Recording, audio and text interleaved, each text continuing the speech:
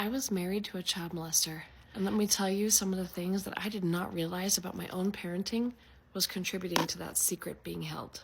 We think we are fantastic parents when our kids automatically comply to everything that we ask, everything that we say. We're really proud. Look at them, they're so obedient. That was the exact problem in my family.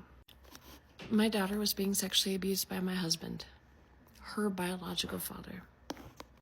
Once he was arrested, he was gone, and she had the space to talk to me about what had happened. She was barely turning 11 at this point.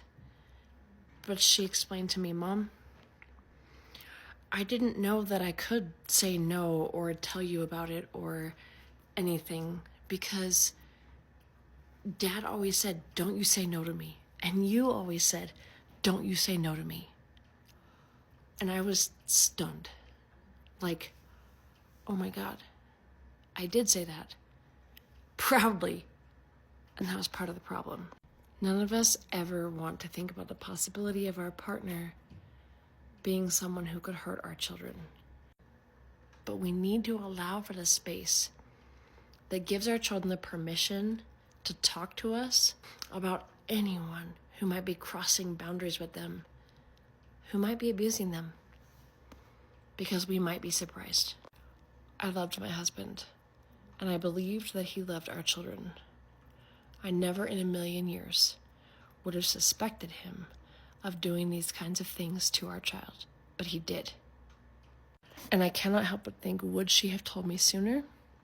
Had she not been taught from the time she was so small, you can't say no. I am not claiming to be a parenting expert.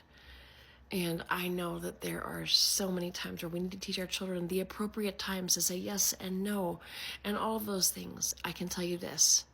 I do know that if I could go back in time, I would not have taught my children, you cannot say no to us.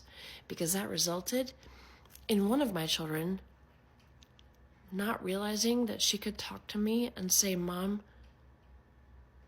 I don't like what Dad's doing to me. It's not okay. So we got to find an in-between somewhere. My partner was not somebody that I thought was capable of that, nor did anybody else in our life. Nobody came to me and said, I saw that coming later. He didn't seem like the kind of person that was able. Do I want you to walk away paranoid from this? No. But do I want you to understand that it's important that we open up this conversation for our children so that they know not just who is supposed to be safe, but what is safe and unsafe, and that no matter who it is, if it's unsafe behavior, if it's unsafe secrets, it's not okay, and they should tell someone, absolutely, that's what we need to teach our children. No question.